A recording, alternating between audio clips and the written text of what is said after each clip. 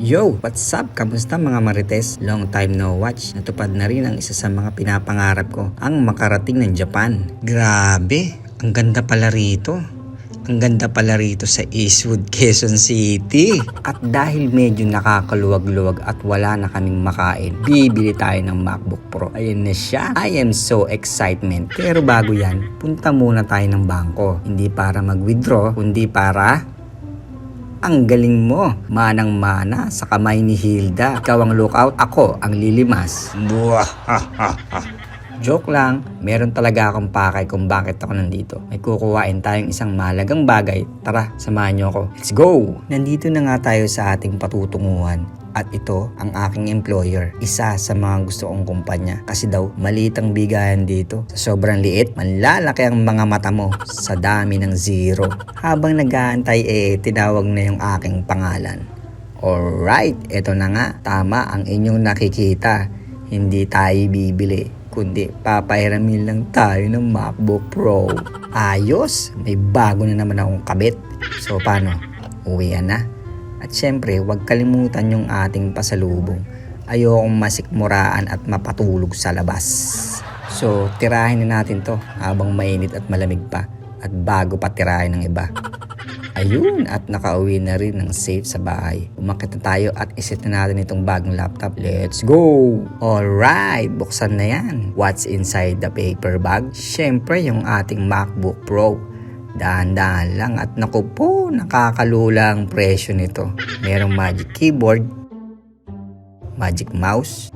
Bumili na rin ako ng earphone para gamitin ko sa aking recording. Solid tong earphone na to pang record. Nagbigay din pala sila ng HDMI cable. Kaso iba yung dulo. Gusto nyo bilhin nyo na lang? 1,007 mil. May kasama ng 1 year supply ng sundot kulangot. At ang pinakahuli, ang kasunduan namin ng aking employer na gamitin ang MacBook sa pag-Facebook, maghapon, magdamag, hanggang mamatay. Yung laptop, hindi ako Tignan mo naman yung presyo. Galit na galit. Gustong manaksak. Kung hindi natin ito iingatan, ay talagang magigripuan tayo niyan. Sana pala, kinash nyo na lang. Tapos bumili na lang ako ng Windows 95. Tapos yung sukli, ipang papagawa ko ng bubong naming butas-butas. Anyways, at dahil nadagdagan tayo ng 2 monitor, kailangan nating mag-adjust ng workspace. So, ito na siya ngayon. Bale, itong nasa left bottom, yan yung sa trabaho ko with magic keyboard and mouse. At ito namang nasa top right, dito naman ako nagre-record ng aking music. I-walk through ko kayo kung ano ang pinaggagawa ko sa buhay ko. Dito ako nagawa ng mock-up design kasi mas maganda yung display. After ko gawin yung design, i-convert ko naman ito into interactive user interface. Kaya mahal yung laptop na inisyu sa akin dahil mataas ang specs nito. At kailangan namin ito dahil sa mabibigat na programming and design tool applications na aming ginagamit. At syempre, pagkatapos ng work, lilipat na ako dito sa kabila para lumikha ng musikan tulad ng Gento.